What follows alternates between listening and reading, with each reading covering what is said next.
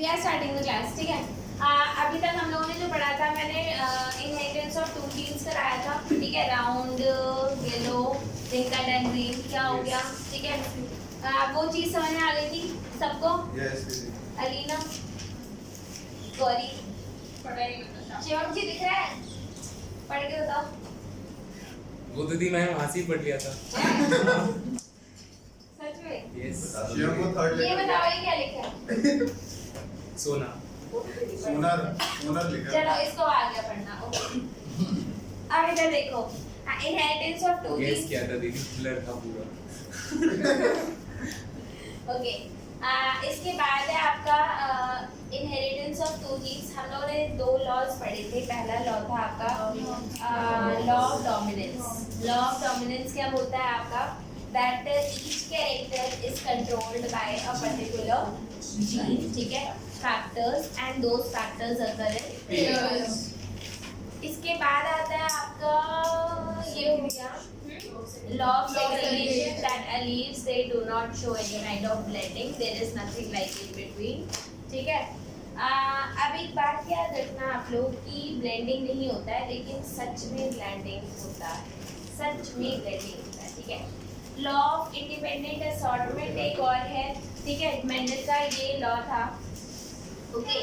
आप लोग को मालूम है, मैं पूरा का पूरा क्रॉस नहीं बना रही, लेकिन round and yellow, round and green, wrinkled and yellow, wrinkled and green, ठीक है। So इसका जो था 9:3:3:1 and that was the dihybrid ratio, yeah, ठीक है, ratio in F2 generation, phenotypic ratio, ठीक है। और ये टिपिकल टू मेंडेलियन जेनेटिक्स है। मैंने आपको बताया था जेनेटिक्स को भी हमने दो पार्ट्स में डिवाइड कर रखा है, Mendelian genetics and non Mendelian genetics, ठीक है। ओके, मैं अभी देखो, आप लोगों ने जो एंजाइम का कॉन्सेप्ट अभी हम लोगों ने किया था, उसके बेसिस पे आप लोग कॉन्सेप्ट ऑफ डोमिनेंस को भी समझ सकते हो। अब समझ पा रहे हो ना कि रिसेसिव कोई चीज़ क्यों हो जाती है? हो सकता है वो नॉन फंक्शनल एंजाइम ही ना बना रहा, एंजाइम बना रहा है लेकिन नॉन फंक्शनल बना रहा है, फंक्शनल नहीं है। ये बात समझ में आई? ठीक है। इसके बाद अगर आप यहाँ पर देखोगे, ये आपका डाइहाइब्रिड क्रॉस था। डाइहाइब्रिड क्रॉस में ये रेशियो आती है विच इज 9:3:3:1। ये बात समझ में आई या नहीं आई? आ गई? ग्रेट। अगर मैं आपसे बोलूं कि यहाँ पर राउंड एंड रिंकल्ड की क्या रेशियो है? राउंड एंड रिंकल्ड की क्या रेशियो है? राउंड ये रहे, रिंकल्ड ये रहे। राउंड कितने हैं? 12। रिंकल्ड कितने हैं? 4। रेशियो चेक कर लो। ये तो मोनोहाइब्रिड की रेशियो थी, ये मोनोहाइब्रिड की रेशियो थी। ऐसे ही बच्चे आप यहाँ पर येलो एंड ग्रीन का भी चेक कर लो। आप देखोगे येलो वाले कितने हैं? 9 और 3 12। एंड ग्रीन कितने हैं? 4 है ना? अच्छा ठीक है बाबा, 4, ठीक है। तो रेशियो क्या आ गई? 3:1। इसको बोलते हैं हम लॉ ऑफ इंडिपेंडेंट असॉर्टमेंट। इसे हम क्या बोलते हैं? Law of independent assortment. Inheritance in a dihybrid cross. In a dihybrid cross, inheritance of one gene is not affected by the inheritance of second gene. मतलब एक जीन दूसरे gene के inheritance को फर्क नहीं डालता, और उसे हम क्या बोलते हैं बच्चे? लॉ ऑफ इंडिपेंडेंट असॉर्टमेंट, ठीक है। मतलब चाहे आप मोनोहाइब्रिड में स्टडी कर लो, चाहे आप साथ में स्टडी कर लो, उनका एक दूसरे पे कोई इम्पैक्ट नहीं है, और इसी को बोलते हैं हम क्या? In law of independent assortment. ये बात आपको समझ में आई है नहीं है? आ गई? पक्का? ये सारा काम बच्चे मेंडल ने किया था। ये सारा काम किसने किया था? मेंडल ने किया था। और मेंडल जो है बच्चे, आपको मालूम है 1800 समथिंग में उसने काम किया था, ठीक है। और आप लोगों को ये भी पता है कि उसके जो लॉज थे वो काफी ज्यादा फेमस नहीं हुए थे, और फेमस ना होने के पीछे कई सारे कारण थे। वो बोल रहा था लाइक मेंडल है, राइट, बोल भी रहा है कि हाँ भाई फैक्टर है, ट्रेड्स को कंट्रोल कर रहे हैं, फैक्टर कहाँ है? मैं अगर पूछ मेंडल से पूछो ना, मेरे से क्यों पूछ रहे हो? मेरे को तो सब कुछ पता है। Mendel was not that intelligent ना। ठीक है, तो मेंडल से पूछा गया फैक्टर कहाँ है, उसे नहीं पता था फैक्टर कहाँ है। वेरिएशन आता है, वेरिएशन कैसे आता है उसे नहीं पता था, वेरिएशन कैसे आता है। समझ में आई बात? तो इसीलिए मेंडल के लॉज जो थे वो इतने ज्यादा, मतलब मेंडल की जो थ्योरीज थी वो इतनी ज्यादा उस टाइम पर फेमस नहीं हुई थी। हालांकि बाद में उसकी सारी थ्योरीज को रीडिस्कवर किया गया था। रीडिस्कवर्ड, आपको पता है साइंस में हमेशा एक बात याद रखना, कोई भी चीज अगर आप सिर्फ एक बार डिस्कवर कर दो तो उससे वो कोई प्रूफ नहीं हो जाता। इंडिपेंडेंटली अगर मल्टीपल साइंटिस्ट ने सेम चीज प्रूव करी है तब उस चीज को हम बोलते हैं कि यस इट इज डिस्कवरी। ठीक है, तो बाद में कुछ साइंटिस्ट ने दोबारा से मेंडल्स के लॉ को रीडिस्कवर करा। ठीक है, अब आज के टाइम की अगर मैं बात करूं तो आज के टाइम पर we know what is DNA, we know what is protein. अभी चैप्टर पढ़ा है यार, बायोमोलिक्यूल्स पढ़ा है ना।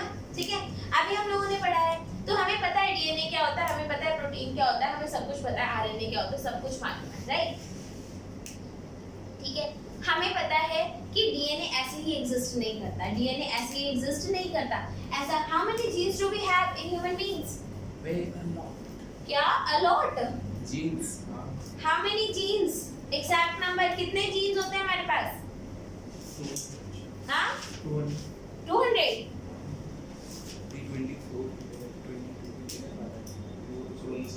20,000 कितने जीन्स होते हैं हमारे पास? 20,000। 20 से 30,000 के बीच में होते हैं।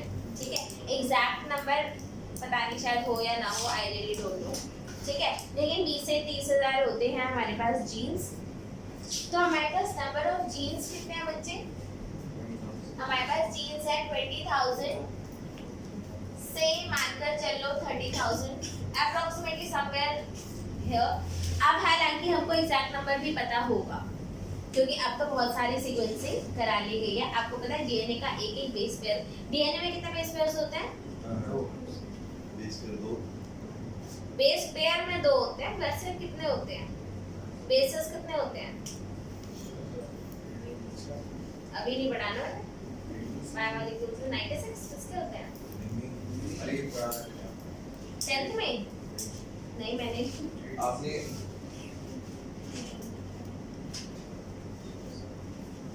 वही तो मैंने कौन बोला था? ATGC बोल रहा था। ATGC। ठीक है, तो हमारे पास बेस पेयर्स कितने, बेसेस कितने होते हैं? 4 बेसेस होते हैं। ओके, तो जीन्स आपका 20,000 से 30,000 होते हैं, ये बात समझ में आ गई? ओके, क्रोमोसोम्स कितने हैं? क्रोमोसोम्स कितने हैं? 23 पेयर्स। 23 जीन्स 20 से 30,000 हैं और हमें पता है कि जीन्स नहीं होते, जीन्स एक्चुअल में क्रोमोसोम्स पर होते हैं। जीन्स किस पे होते हैं? क्रोमोसोम्स पर होते हैं। ठीक है, यहाँ पर आता है chromosomal theory of inheritance. Chromosomal theory of inheritance. आज हमें सब कुछ मालूम है, तो मेंडल के जो रिजल्ट्स मिले थे, देखो बच्चे जो भी उसको रिजल्ट्स मिले थे वो वैलिड तो थे, वो वैलिड थे। तो क्या हम आज की अपनी नॉलेज, आज की नॉलेज और मेंडल के रिजल्ट्स को कंबाइन कर सकते हैं? कर सकते हैं। ठीक है, हम कंबाइन कर सकते हैं और उस कॉम्बिनेशन को हम क्या बोलते हैं? Chromosomal theory of inheritance. ये बात समझ में आई या नहीं? तो उसने फैक्टर के बेसिस पे बोला था, बट हमें पता है those factors, those genes are actually present on chromosomes. ठीक है, अब यहाँ पर एक बात याद रखना, जब हमारे पास 20,000 से 30,000 जीन्स है तो क्या हर एक जीन को एक अलग इंडिपेंडेंट क्रोमोसोम मिलेगा? एक इंडिपेंडेंट क्रोमोसोम दे रहे हैं, ये तेरा क्रोमोसोम, ये तेरा क्रोमोसोम। नो बच्चे, अब घर में 3,000 लोग होंगे, कमरे आपके पास 20 ही हैं, क्या करोगे? डालना पड़ेगा भाई। चलो 500 इधर चलो, 1000 बच्चे इधर चलो। ओके, आपको क्रोमोसोम का स्ट्रक्चर भी मालूम है, आपको क्रोमोसोम का स्ट्रक्चर भी पता है, कुछ इस टाइप का सा होता है, राइट? और आप ये मानकर चलो इनके ऊपर आपके पास जीन्स है, इनके ऊपर जीन्स है, राइट। अब आपके पास जीन 1 भी होगा, 2 भी होगा, 3 भी होगा। माइटोसिस भी हम लोगों ने पढ़ रखा है, हम लोगों ने मियोसिस भी पढ़ रखा है, माइटोसिस भी पढ़ रखा है और मियोसिस भी पढ़ रखा है। हमें पता है मियोसिस जो होता है रिडक्शन डिवीजन होता है, और जो भी ऑर्गेनिज्म सेक्सुअली रिप्रोड्यूसिंग ऑर्गेनिज्म है, they will all have meiosis, they will all have meiosis and meiosis plays a very important role here. अगर मैं आप लोगों से क्वेश्चन पूछूं, जो सेग्रीगेशन होता है, सेग्रीगेशन यानी कि जो टूटते हैं, अलग अलग होते हैं या सेल्स के अंदर जो डिवाइड होते हैं, वो जीन्स डिवाइड होते हैं या क्रोमोसोम्स डिवाइड होते हैं? जीन्स डिवाइड होते हैं या क्रोमोसोम्स डिवाइड होते हैं? जीन्स या क्रोमोसोम्स?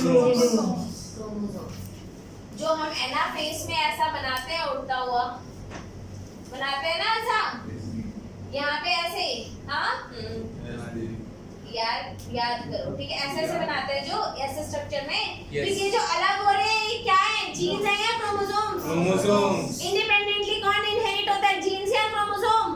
क्रोमोसोम्स।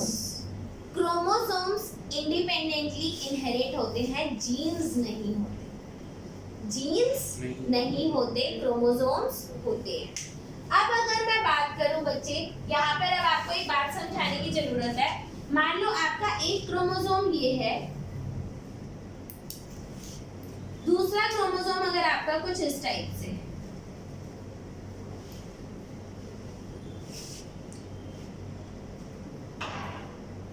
ठीक है, फिर आपके पास एक क्रोमोसोम ये है और एक क्रोमोसोम आपके पास कुछ इस टाइप से, राइट। इस ऑर्गेनिज्म को मैं बोलूंगी 2n = 4, इस ऑर्गेनिज्म को बोलूंगी मैं 2n = 4, ठीक है।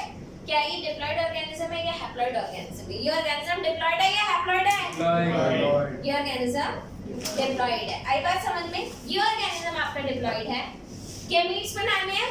यस। मियोसिस कब होती है? गैमीट्स बनाने के लिए। मियोसिस कहाँ होती है? गैमीट्स बनाने के लिए। क्यों होती है? क्योंकि मियोसिस आपकी रिडक्शनल डिवीजन होती है। मियोसिस क्या होती है? रिडक्शनल डिवीजन होती है, और वो किससे होती है? गैमीट्स बनाने के लिए होती है। अब जब इधर गैमीट बनेगा, जब गैमीट बनेगा तो इनका सेग्रीगेशन होगा। गैमीट बनेगा तो क्रोमोसोम्स का सेग्रीगेशन होगा। मान लो इस वाले क्रोमोसोम के पास आपके पास कैपिटल ए था, यहाँ पर स्मॉल ए था। कैपिटल ए था एलील, यहाँ पे स्मॉल ए था। यहाँ पर मान लो कैपिटल बी था और यहाँ पर एलील स्मॉल बी था। क्या था? यहाँ एलील कौन सा है? Capital A. ये क्या है? स्मॉल ए। एलील्स जो आपके एलील्स होते हैं, why they occur in pair? Because we have two sets of chromosome. Factors occur in pair. Why? Because we have two sets of chromosome. If we have two sets of chromosome, then definitely one is A. It can be similar, it can be dissimilar, and here they are dissimilar. That means they all are in heterozygous state. They all are in heterozygous state. ये capital A, small A, capital B है, ये small B है। इसका genotype क्या होगा? इसका genotype बताओ। इसका जीनोटाइप क्या होगा?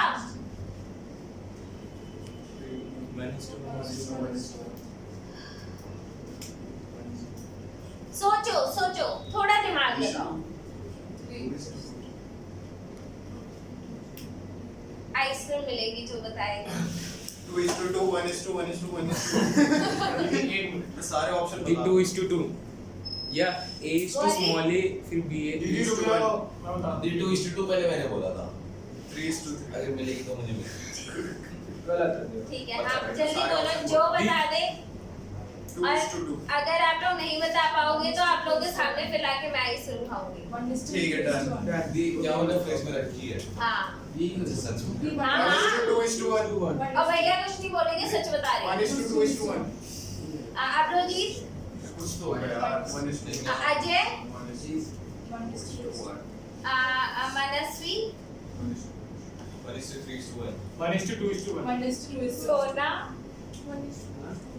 ओम, 1:1. Sakshi, 1:2:1। Shivanshi, 12:12 Sir, N 1:2:1. Capital A small A capital B small A. मैंने बोला था दीदी, एक बार मैंने बोल दिया था ये दीदी। ये आधी आइसक्रीम तो बनती है मेरी। दी मैंने बोल दिया था झूठ मत बोलना। रेशियो पूछा था, आपने रेशियो पूछा था। मैंने प्रॉपर रेशियो पूछा था। हाँ I asked you what is a genotype? नहीं नहीं आपने जीनोटाइप रेशियो कहा था। अगर What is आपने the कहा होता ना genotype यहाँ पे सब here? नंबर नहीं कह रहे होते। मैंने सब पागल है, मैं क्या करूं? अच्छा। दी मैंने A small A B I asked सुन लो इस ऑर्गेनिज्म का जीनोटाइप क्या होगा? Capital A small A capital B small. ये बात समझ में आई? ओके बच्चे जीनोटाइप होता क्या? जीन जैसे आप नहीं लेते थे capital R small R capital Y small Y अरे तो भाई, मैंने ये था। है यस मैं कह तो रही हूँ यही क्रॉस जब आप एक्चुअल में बनाने लगोगे ना ऐसे कंफ्यूज होगे आपको समझ ही नहीं आएगा ये क्या है ये क्या है। इधर ए बी बी मैं बता तो रही हूँ बहुत कंफ्यूजन होता है यार कॉपी में करना फिर भी आसान है जब एक्चुअल में आप क्रॉस बनवाओगे ना तो आपको समझ में आएगा कितनी डिफिकल्टी होती है। दी मैंने ए तो बोला था, मेरी तो बाइट बनती है। हाँ तो देखो मैंने try शिवम ने ए बोला था बी भी बोला था। तो दो बाइट ले लो। हाँ शिवम आइसक्रीम को देख सकता है। देख सकता है। अब चुपके खाओगे। ये बात समझ में आई? Yes, तो इसका जैसे बच्चे ये जीनोटाइप होता है वैसे ही ये जीनोटाइप आई बात समझ में? बस इधर इन्होंने कैपिटल आर मैंने ए भी ले लिया nothing else so it is same. इसके गैमीट्स कैसे बनेंगे? इसके गैमीट्स बनेंगे यहाँ पर प्लीज यार ये बात थोड़ी ज्यादा इंपॉर्टेंट है यहाँ पर ध्यान दो ये दीदी। बहुत ज्यादा ध्यान चाहिए मुझे यहाँ ये पर दीदी। ठीक है इसके गैमीट्स बनेंगे तो बच्चे ये वाला क्रोमोसोम इसके साथ जा सकता है यानी कि A B capital A capital B ये क्रोमोसोम इसके साथ जा सकता है कैपिटल ए स्मॉल ए ये इसके साथ जा सकता है स्मॉल ए कैपिटल बी ये किसके साथ जा सकता है स्मॉल ए स्मॉल बी ऐसे ही गैमीट्स बनते कि नहीं बनते? अब यहाँ पे भी 1:2:3 करने लग जाना। आई बात समझ में? गैमीट्स कैसे बनाते हैं ऐसे? आई बात समझ में आया कि नहीं आया? अब एक बात बताओ एक सिनेरियो ये है दूसरा सिनेरियो कुछ इस टाइप का सा है कि ये आपका क्रोमोसोम आपको पता है क्रोमोसोम्स आकर है पेयर क्रोमोसोम्स आकर है पेयर एंड दैट्स व्हाई हम इसको क्या बोलते हैं डिप्लॉइड। ठीक है ये हो गया। ऐसे ही आपका इधर भी क्रोमोसोम है ऐसे ही आपका इधर भी क्रोमोसोम है राइट? हाँ जी क्रोमोसोम इसका भी प्लॉइडी लेवल क्या है 2n = 4 इसका प्लॉइडी लेवल भी क्या है 2n = 4। अब यहाँ पर ध्यान दो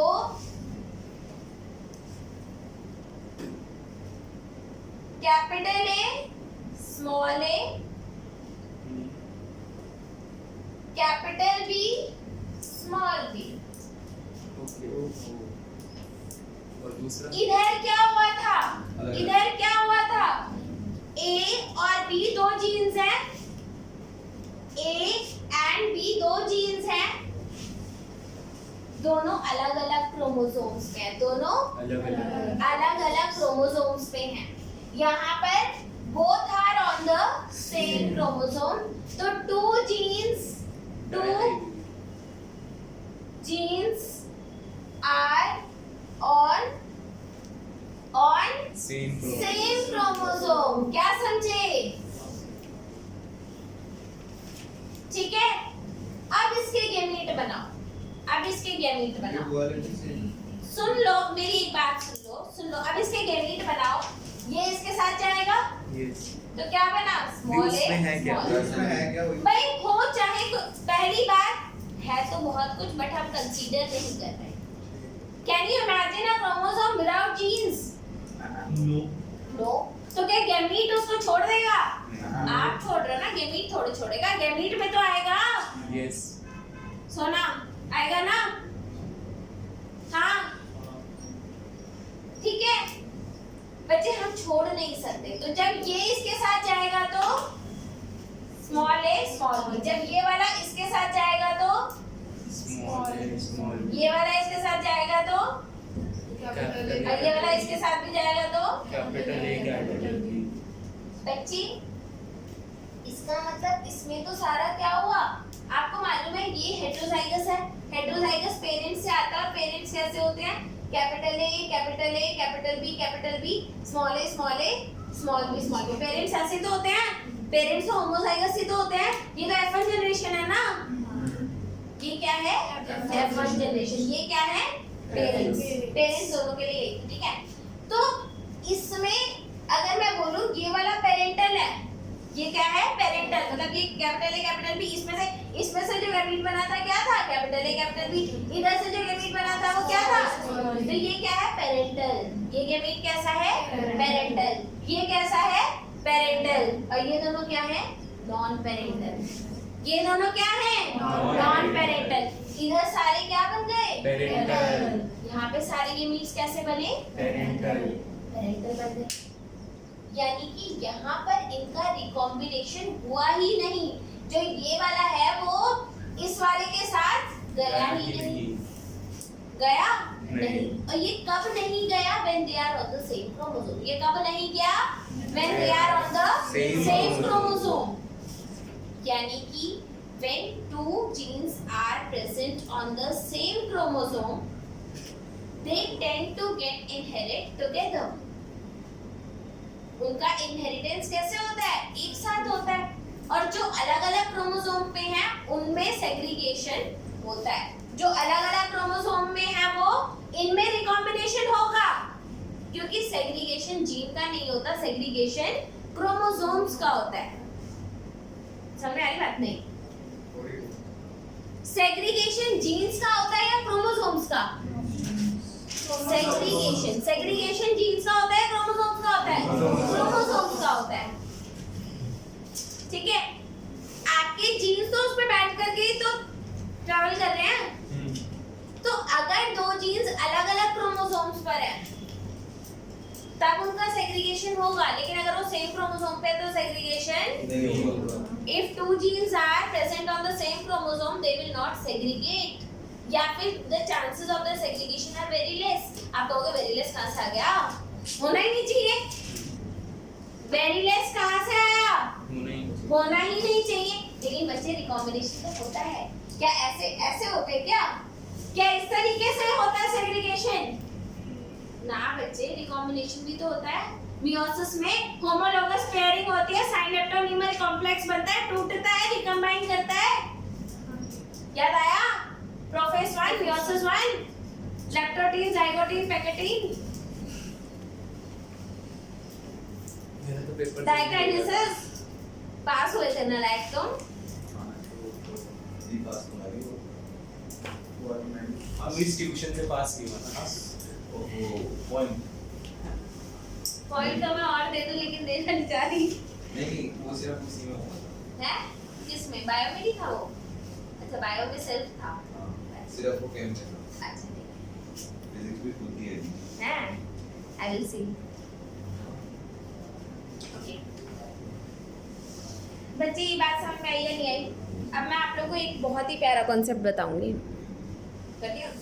ठीक है। When two genes are on the same chromosome, Yes. they will inherit together या they will get inherited together। और इस प्रोसेस को हम क्या बोलते हैं बच्चे? लिंकेज। इसे हम क्या बोलते हैं? लिंकेज। जब दो जीन सेम क्रोमोसोम पर होते हैं तो उनके चांसेस ज्यादा होते हैं कि वो ऑफस्प्रिंग में जाएंगे, और उसे हम क्या बोलते हैं? लिंकेज। लेकिन बच्चे यहाँ पर एक और फिनोमेना होता है जिसको बोलते हैं रिकॉम्बिनेशन। करा दूं? इसे मिटा दूं? हाँ जी, मिटा दो ना? Yes, दीदी। ठीक है, इसको मैं मिटा रही हूँ। तो इसके बाद अब एक फिनोमेना हम करेंगे जिसमें मैं आप लोगों को लिंकेज के साथ क्या बताऊंगी? रिकॉम्बिनेशन। ठीक है,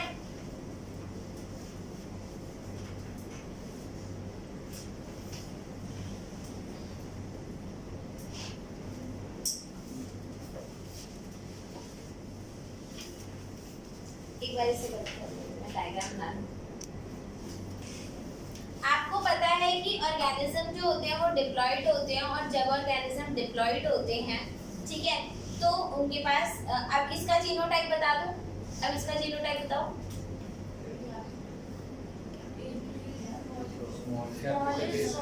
capital A small A capital B small B, ठीक है।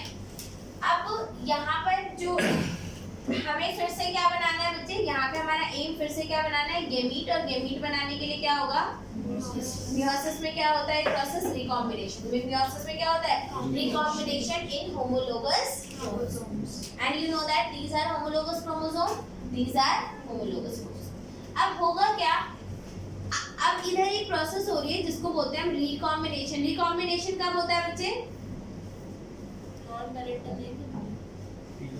रिकॉम्बिनेशन प्रोफेज 1 ऑफ मियोसिस 1 कब होता है, प्रोफेज 1 ऑफ मियोसिस 1, जहां पर होमोलोगस क्रोमोसोम साथ में आते हैं, फिर टूटते हैं, साइनेप्टोनिमल कॉम्प्लेक्स बनता है। सो रहे हो और कितना सोते हो यार, मम्मी सो रहा है। अब इधर देखो प्लीज। अब हुआ क्या, रिकॉम्बिनेशन में ये इधर से कटा और ये इधर से कट गया,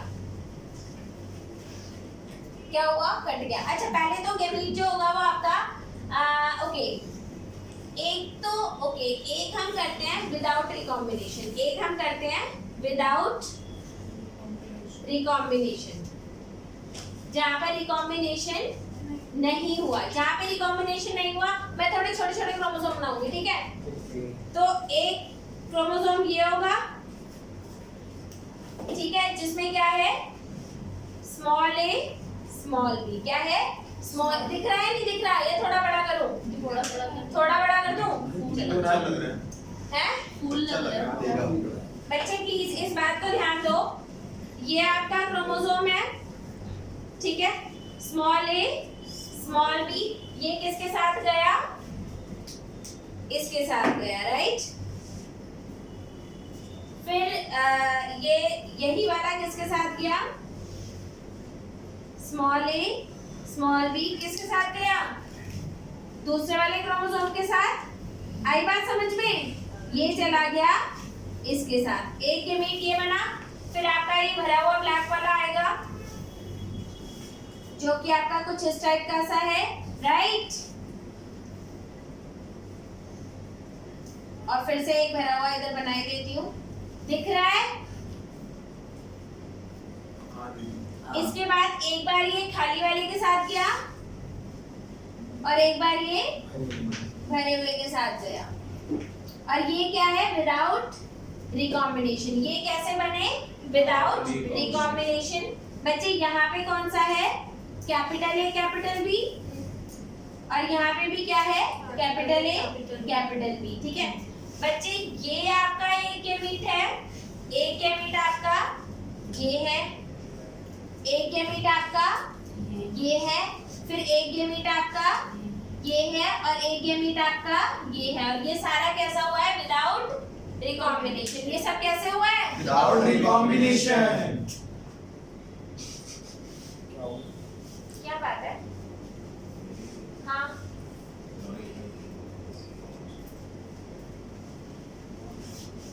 इसके बाद आता है बच्चे, अच्छा ये विदाउट रिकॉम्बिनेशन था, अब क्या आएगा, विद रिकॉम्बिनेशन। अब क्या आएगा, with recombination. Deep without recombination meiosis नहीं होगी थी। बच्चे मियोसिस हुआ, आप ये समझो वो साइनेप्टोनिमल कॉम्प्लेक्स हुआ, बना, ठीक है। जरूरी नहीं कि हर बार रिकम्बाइन करेगा। बायोलॉजी में सबसे ज्यादा चांस फिनोमेना होता है, सबसे ज्यादा चांस फिनोमेना। रिकम्बाइन कर भी सकते हैं और नहीं भी कर सकते हैं। तो मैंने एक केस बना दिया कि मान लो आपके 23 पेयर है, ह्यूमंस में कितने पेयर्स होते हैं, 23 है, 23 पेयर्स है ना। मान लो 22 में रिकॉम्बिनेशन हुई और एक जो रह गया वो कौन सा था, जो डिजायरेबल वन था, उसमें रह गया, तो वो विदाउट रिकॉम्बिनेशन हो गया ना। बायोलॉजी में प्रोबेबिलिटी बहुत ज़्यादा रोल प्ले करती है, because here we learn probability. मैंने इनफैक्ट सीखा भी यहीं पर ही है, एक्चुअल मीनिंग ऑफ प्रोबेबिलिटी, ठीक है। यहाँ पर आप चेक करना ह्यूमन बीइंग में कितने गैमीट्स बन सकते हैं। 23 के रिकॉम्बिनेशंस बनाना, रिकॉम्बिनेशन विदाउट रिकॉम्बिनेशन, और फिर आप चेक करना कितने कॉम्बिनेशन बनेंगे। समझ में आई? सारी मैथ्स धरी की धरी रह जाएगी यहीं पे। Okay, with recombination, with recombination में हुआ क्या बच्चे, आपका क्रोमोसोम कुछ इस टाइप का सा था। विद रिकॉम्बिनेशन में क्रोमोसोम कैसा बन गया, एक ये क्रोमोसोम था, ये कुछ इस टाइप का सा था, इधर आ गया आपका भरा हुआ पोर्शन, इधर क्या आ गया, भरा हुआ पोर्शन आ गया। ठीक है, ऐसे ही इधर क्या है आपका, ये आपका सारा भरा हुआ है, लेकिन इधर क्या आ गया, ये भी भरा हुआ है, लेकिन इधर क्या आ गया, खाली वाला पोर्शन। इसी को तो बोलते हैं रिकॉम्बिनेशन, रिकंबाइन, रिकंबाइन। अब इसके बाद ये आ गया आपका ये खाली, और इधर आपके पास आ गया, इधर थोड़ा सा भरा हुआ, और ये आपका सारा भरा हुआ है, ये आपका सारा भरा हुआ है, लेकिन इधर ये खाली आ गया। आप अब इस पे प्लीज यहाँ पे ध्यान दो, प्लीज यहाँ पे ध्यान दो ऑल ऑफ यू। खाली वाले पोर्शन में क्या है, स्मॉल ए, तो इधर क्या आएगा, स्मॉल ए। इसके भरे वाले पोर्शन में क्या था, कैपिटल बी, तो इधर क्या आएगा, कैपिटल बी। इसके इधर पोर्शन में क्या था, कैपिटल ए, और इधर क्या था, स्मॉल स्मॉल बी। खाली वाले में तो स्मॉल बी था ना। आई बात समझ में, आई बात समझ में। अब इधर ध्यान दो, ये क्रोमोसोम इसके साथ भी जा सकता है, ये इसके साथ भी, ये क्रोमोसोम इसके साथ भी जा सकता है, और इसके साथ भी। चेक कर लो इधर, अब क्या होगा, ये आपका ऐसा क्रोमोसोम था,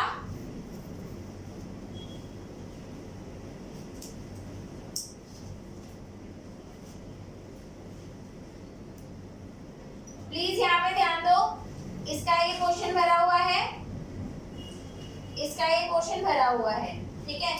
इधर पूरा भर देते हैं, और इतना खाली छोड़ दिया, और इसे पूरा भर दिया। ऐसे ही इसको पूरा भर दिया, और इसको इतना खाली छोड़ दिया। ऐसे ही आपका कौन सा आएगा, ये रेड वाला,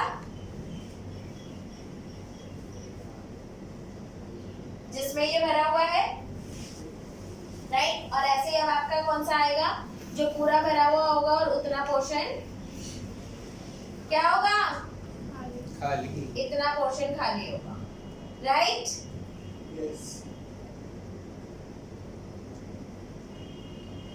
यहाँ पर ध्यान दो, ये क्या था, ये था आपका स्मॉल ए कैपिटल बी, ये क्या था, स्मॉल ए कैपिटल बी, ये क्या है आपका, कैपिटल ए स्मॉल बी, ये क्या है आपका, कैपिटल ए।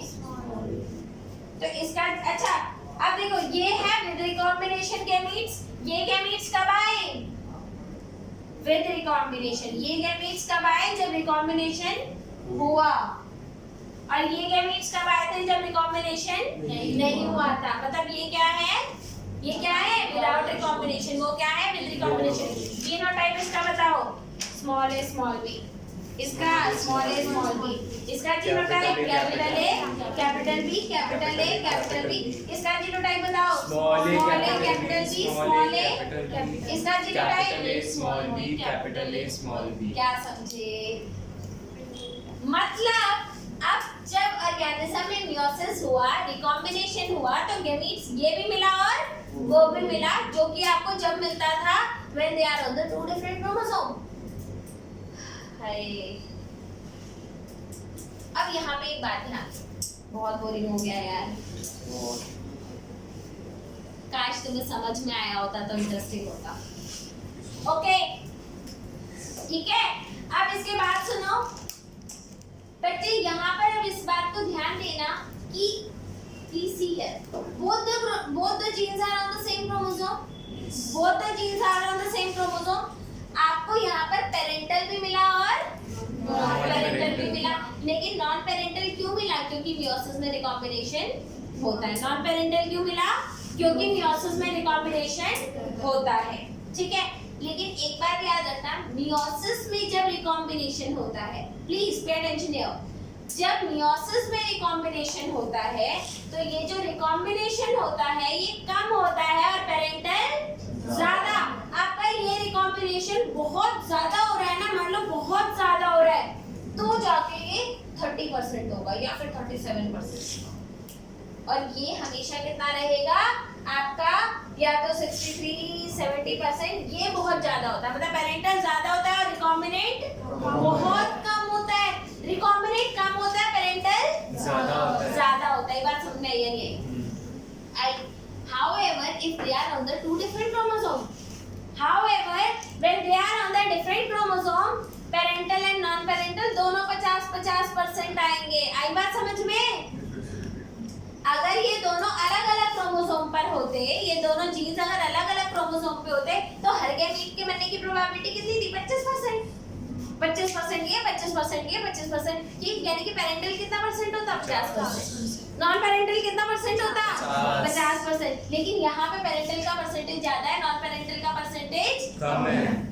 नॉन पेरेंटल का परसेंटेज कितना भी ज्यादा हो, कितना भी ज्यादा हो, 50% को एक्सीड नहीं करता। 50 को एक्सीड नहीं करता और कभी नहीं करता। 50 को कभी एक्सीड नहीं करता। ठीक है, अब यहाँ पर ध्यान दो, यहाँ पे तो ये क्या है, इस फिनोमेना को, अच्छा मैंने आपको बताया कि दे आर लिंक्ड, तो इसे क्या बोलते हैं? लिंकेज। और यहाँ पर क्या कर रहा है? रिकम्बाइन, तो linkage and recombination. Can I say that? Linkage and here क्या है? रिकॉम्बिनेशन। इसलिए इस टॉपिक का नाम क्या दे रखा है? Linkage and recombination. That's why this is the topic. अब यहाँ पर एक बात बताओ, प्लीज थोड़ा दिमाग लगाना, और अगर दिमाग है तो बताना। अगेन ये आइसक्रीम क्वेश्चन है। Ice cream question. हाँ। Ice cream question. Please pay attention. Oh my God, सारे खड़े हो गए। ओके, मिलेगी यार? क्यों नहीं मिलेगी? 12th के बाद। नहीं अभी मिलेगी, सच बता रही हूँ। अभी के अभी फिर ठीक है। यस, भैया देंगे अभी। नहीं चाहिए मुझे तो आंसर ही नहीं आया। आंसर ही नहीं कौन सा आता। चैप्टर करा दे? मेरे को आइसक्रीम से एलर्जी है। मैं दूंगी। हाँ ठीक है। ओके, अब मुझे एक बात बताओ जरा, यहाँ पर प्लीज एक बात बताओ, ये दोनों जीन्स में कितना डिस्टेंस था? बहुत दूर थे। एक ऊपर वाली आर्म पे बैठा हुआ है, एक नीचे वाली आर्म पे बैठा हुआ है, ऐसे होते हैं ना?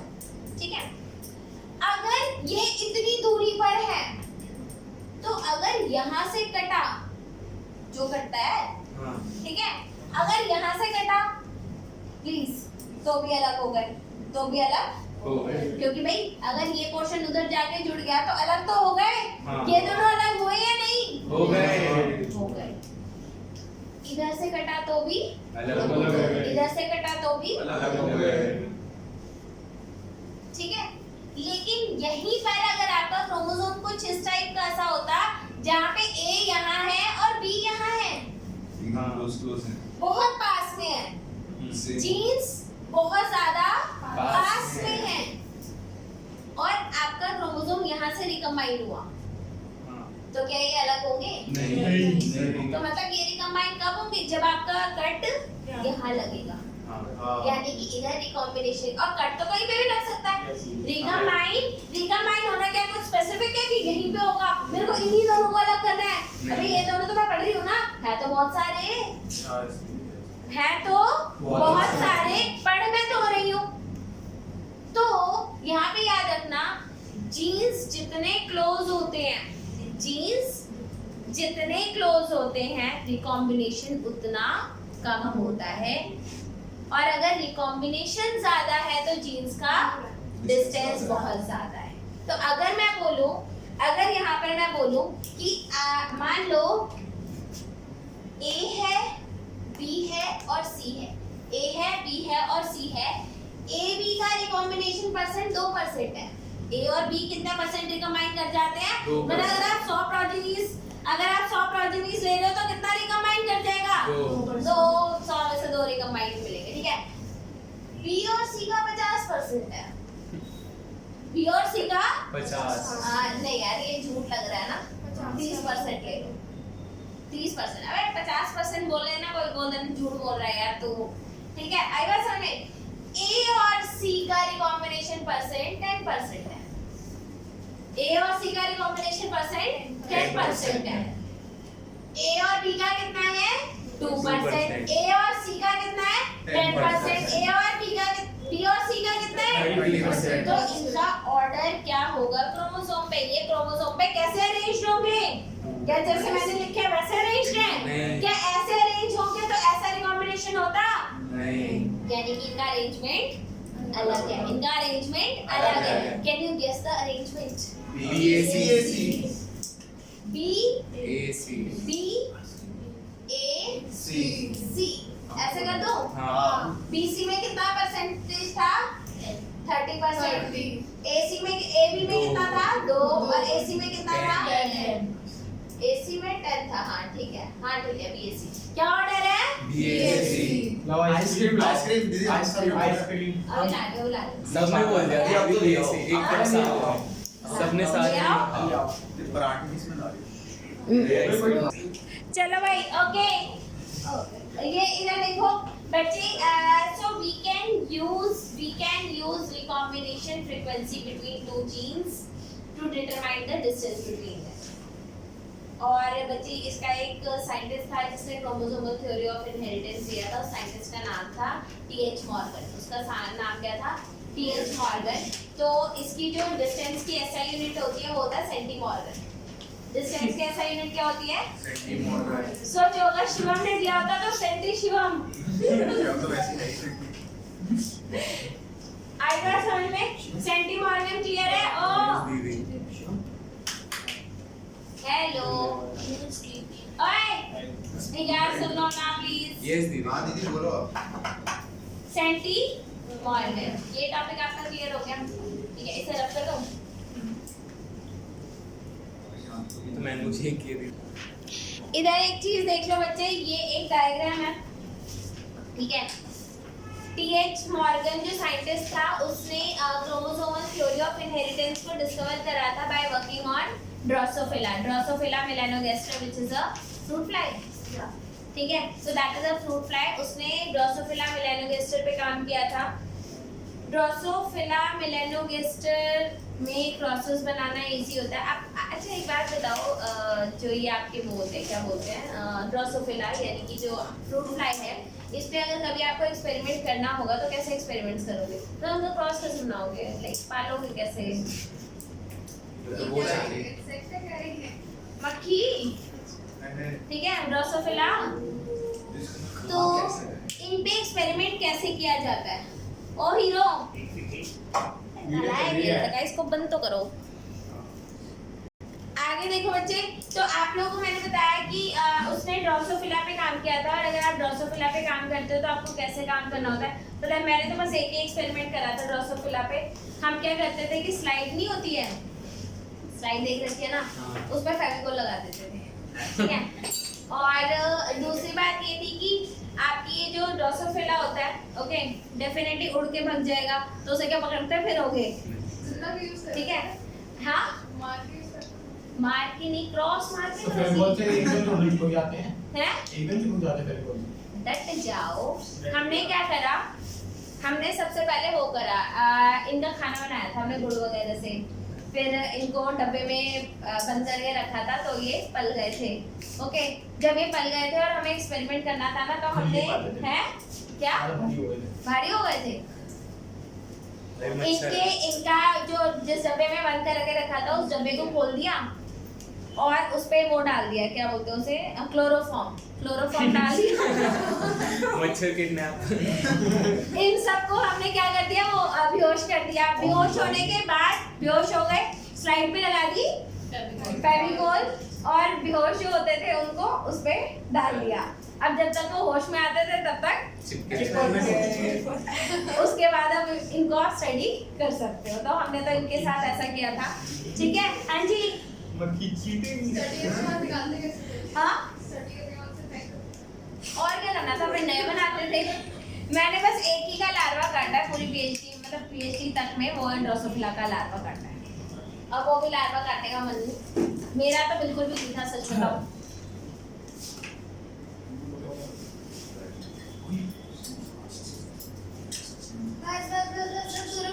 शिवम भाई बहुत मेहनत हो गई। बोलो उसको।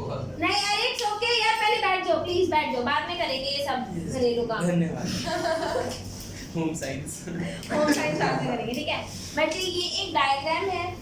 एक बात याद रखना, इन्होंने क्रोमोसोम्स कुछ इस तरीके से बना रखे हैं कि एक क्रोमोसोम ऐसा बनाया और दूसरा क्रोमोसोम ऐसा। ये आपका एक्स क्रोमोसोम होता है जनरली, और ऐसे जो बनाया जाता है वाई क्रोमोसोम होता है, ठीक है।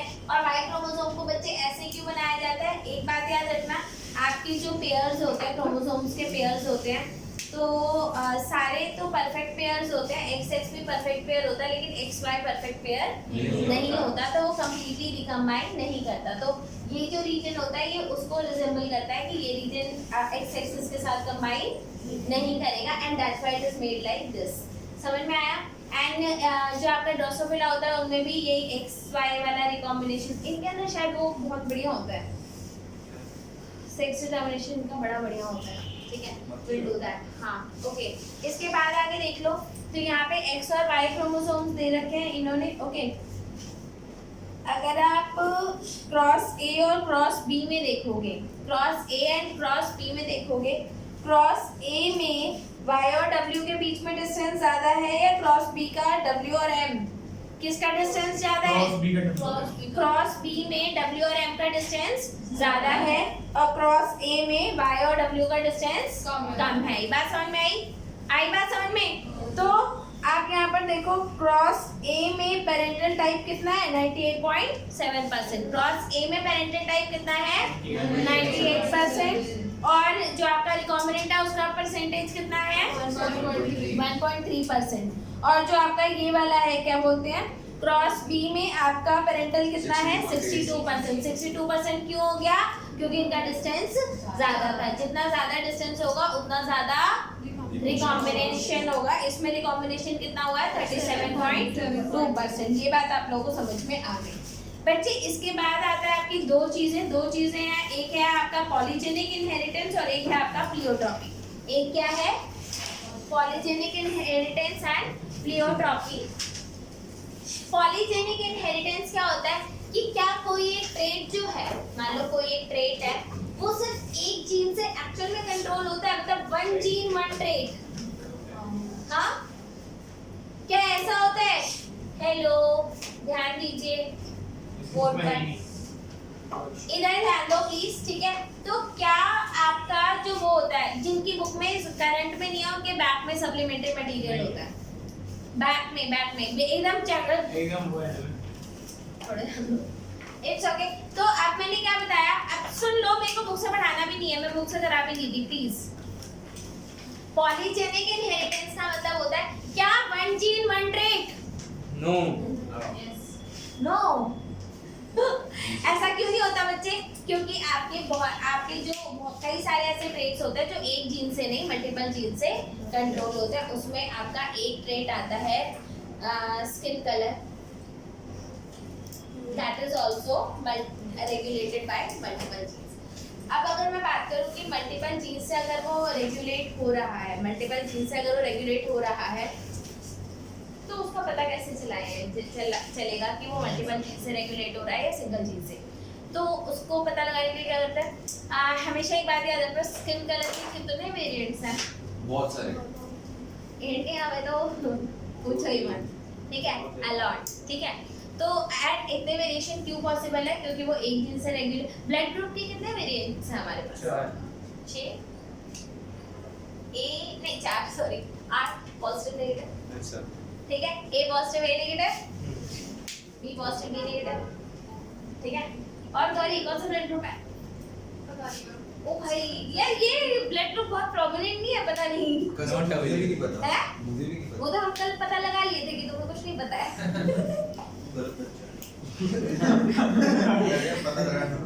नहीं तुम्हारा काफी एस्टिमेट कर दिया था मैंने ब्लड ग्रुप है। नेगेटिव तुम नहीं, negative तुम नेगेटिव पॉजिटिव दोनों हो सकते हो, तुम ए और बी दोनों हो सकते हो, ओ और बी दोनों हो सकते हो, ठीक है। तो नल हाँ नेगेटिव होगा पक्का। अगर अच्छा किस केस में ब्लड ग्रुप बहुत ज्यादा प्रोमिनेंट सा होता है, एक बात बताओ, अगर मदर का ब्लड ग्रुप ओ नेगेटिव है और फादर का ब्लड ग्रुप भी ओ नेगेटिव है, तो बच्चे का क्या होगा? है ना, नेगेटिव नेगेटिव पॉजिटिव हो जाता है, मल्टीप्लाई करो तो पॉजिटिव हो जाता है। वो नेगेटिव है। नालायक ओ नेगेटिव ही रहेगा। वही तो मैंने अभी कहा है। अच्छा जी, वो नेगेटिव का है। अरे आजा क्यों रहेगा मिरोश? अपनी आइसक्रीम मिलने वाली क्योंकि देखो पापा भी नेगेटिव, मम्मी भी नेगेटिव, तो बच्चा गलत थोड़ी हो सकता है। क्या पे अच्छा चलो ठीक है बच्चे, क्योंकि ये रिसेसिव ट्रेट है बोथ आर। अगर मदर पॉजिटिव है ओ पॉजिटिव, अगर मदर ओ पॉजिटिव है और अगर फादर भी ओ पॉजिटिव है तो बच्चे का ब्लड ग्रुप क्या हो सकता है? पॉजिटिव। ओ पॉजिटिव भी हो सकता है, ओ नेगेटिव भी हो सकता है। दीदी उत्कर्ष कह रहा है कल टेस्ट करवा के आता शक हो रहा करवा लो जी। ब्लड टेस्ट मत कराना, डीएनए टेस्ट आप भी तो कराओ। कर लिए तो आप भी डीएनए टेस्ट करो। आप भी करवाओ। ये भी रोश भी आ गया। मैंने अपना ब्लड टेस्ट खुद किया था। कैसे? ऐसे खून निकला आपको पता नहीं उसमें यू था कि आपको नीडल लेके जानी है और आपको यहाँ से प्रिक करना होता, तो जब मैं कर रही थी तो हो ही नहीं रहा था, ब्लड निकल ही नहीं रहा था। नीडल मेरे पास है, बताओ। उसके बाद सर बोलते लाओ मैं करता हूँ और लेके पकड़ के मार दिया। अबे मेरे पास मशीन है, ऐसे दबा के फिट कर देता है। वो शुगर ना हो। चलो कोई नहीं, इट्स ओके। तो पहले तो पता नहीं कौन सा आया था, दूसरी बार वो पॉजिटिव आया था। ऐसा भी होता है कुछ। एक्चुअली केमिकल्स होते हैं यहाँ पर आपके पास 3 स्लाइड्स पे ना केमिकल्स होते हैं, एक ए वाला होता है, एक बी वाला होता है और एक RH फैक्टर होता है। अगर इधर रिएक्शन हो गई तो ए, अगर इधर भी रिएक्शन हो गई तो AB, और अगर इधर भी हो गई तो AB पॉजिटिव। मान लो इधर नहीं हुई, इन दोनों में हुई तो B B पॉजिटिव। पॉजिटिव, और अगर ऐसा हुआ तो O पॉजिटिव। ऐसे करके टेस्ट और वो करते कहाँ से हैं। आया? हाँ, RH जब दोनों ही नहीं है तो O है। हाँ, और अगर आरएच में भी तो नेगेटिव। अगर ऐसा हो तो O नेगेटिव ब्लड ग्रुप होता है। और पहला टेस्ट जो करा था वो मैंने खुद से करा था, दूसरा टेस्ट मेरे टीचर्स ने करा था। तो आज तक मैं अपने टीचर्स वालों को बिलीव करती हूँ या O पॉजिटिव मानती हूँ, हालांकि मैंने कोई मेडिकल टेस्ट नहीं करवाया है। ये हम लोगों ने पॉजिटिव। O positive. हाँ sorry, O positive, O positive. Okay, ये बात समझ में आ गई, यहाँ तक क्लियर है बच्चे? अब इसके बाद पॉलीजेनिक इनहेरिटेंस का क्या एग्जांपल है आपके पास? स्किन कलर एग्जांपल है, which is controlled by multiple alleles and that's why we have so much variance in skin color. तो when one trait is controlled by multiple genes, it is known as polygenic inheritance. इसके बाद आता है बच्चे आपका pleiotropy. Pleiotropy का मतलब क्या होता है? जैसे मान लो, अब एक बात याद रखना कि जैसे मान लो अगर एक जीन, आपको पता है we all have metabolic pathways, we all have metabolic pathway. What is metabolic pathway? Pathway for chemical reactions. Metabolism तो सबको क्लियर है या नहीं है? Yes. अरे बोल दो यार, क्या होता है metabolism? Some of all the chemical reactions in our body. Sum total of all chemical reactions that are occurring inside our body is called metabolism. Catabolism? Synthesis. Like catabolism. Breakdown. Anabolism? Synthesize। ठीक है, आगे आ जाओ। क्या बोल रहे थे? क्या पढ़ा रही थी? Pleiotropy. Metabolic pathway. ठीक है, मेटाबॉलिक पाथवे में क्या होता है बच्चे? मान लो ये आपके पास X है, X से क्या बना? X से क्या बना? Y, Y से बना A से बना O से बना ये, फिर इधर बन गया M, मतलब पूरी ABCD लिख दो। N से बना ये, इधर से बना P, S, Q. D, ठीक है, something like this, स्पाइडरमैन। ठीक है। कुछ जरा बताया ना वो कौन सा प्लांट है जिसके अंदर वो होती है इनकम्प्लीट डोमिनेंस? निरोश, स्नैपड्रैगन एंड एंटीराइनम, ठीक है। तो ये मेटाबॉलिक पाथवे। अब मान लो अगर कुछ ऐसा हो कि ये वाला जीन हट जाए, ये वाला जीन अगर हट जाए तो एक पे इम्पैक्ट पड़ेगा या मल्टीपल पे इम्पैक्ट पड़ेगा? इसको बोलते हैं प्लियोट्रॉपी। जब एक जीन आपका देखो, एक हो गया कि एक ट्रेट है, यहाँ पर क्या है? एक आपका ट्रेट है, और अगर ये मल्टीपल जीन से इन्फ्लुएंस्ड है तो पॉलीजेनिक इनहेरिटेंस। तो क्या बोलते हैं? Polygenic, polygene, right. और अगर आपका एक जीन अगर आपका मल्टीपल ट्रेट्स कंट्रोल कर रहा है, प्लियोट्रॉपी, उसे क्या बोलते हैं? प्लियोट्रॉपी। मतलब एक जीन मल्टीपल ट्रेट्स, प्लियोट्रॉपी। एक trait multiple gene, polygenic inheritance. ये बात समझ में आई या नहीं आई? पॉलीजेनिक इनहेरिटेंस समझ में आ गया, प्लियोट्रॉफी समझ में आ गया। नेचर में सब पॉसिबल है, नेचर में सब पॉसिबल है। नेचर में वन जीन वन ट्रेट भी हो सकता है, नेचर में वन जीन मेनी ट्रेट्स भी हो सकता है, नेचर में मेनी जीन्स वन ट्रेट भी हो सकता है। ये बात समझ में आई? मैंने उसको हाय करा है, मैंने तुम्हें बाय नहीं करा, ठीक है? One obviously. बच्चे आप लोगों को मालूम है एक टॉपिक अब आता है आप लोगों का सेक्स डिटर्मिनेशन। बहुत बड़ा टॉपिक है लगने का। चलो बस एक ही क्वेश्चन का आंसर करूंगी एंड देन वी विल और अच्छा क्वेश्चन। सुनो, एक्स क्रोमोसोम होता है, ठीक है? एक्स क्रोमोसोम होता है, हाँ एक्स क्रोमोसोम होता है। एक्स क्रोमोसोम जो आपका होता है, पता है एक साइंटिस्ट था हैंकिंग, एक साइंटिस्ट कौन था? हैंकिंग था, ठीक है? वो माइक्रोस्कोप में कुछ सेल्स ऑब्जर्व कर रहा था, ओके, इन 1831 आई गेस, या फिर पता नहीं कौन सा है, 1891 है, चलो कोई नहीं, 1891 कुछ तो एटलीस्ट 18 और 1 तो याद था, ठीक है? उसके बाद आता है आपका, तो वो उसने जब माइक्रोस्कोप में एक स्ट्रक्चर देखा, ठीक है, और वो स्ट्रक्चर उसे पता नहीं चल रहा था कि क्या है। तो आप बोलते हो ना जब आपको पता नहीं होता लेट दिस बी एक्स, तो उसने भी क्या कर दिया, लेट दिस बी एक्स, और वो कौन सा क्रोमोसोम था? वो एक्स क्रोमोसोम था, ठीक है? What a coincidence. अब सुनना यहाँ पे, उसने उसको एक्स बॉडी कहा था, उसने देखा था कि आधे सेल्स के अंदर ये एक्स क्रोमोसोम है और आधे सेल्स के अंदर ये एक्स क्रोमोसोम नहीं है, तो इट वाज एक्स बॉडी, ठीक है? Okay, bye bye. क्वेश्चन तो पूछा ही नहीं कुछ।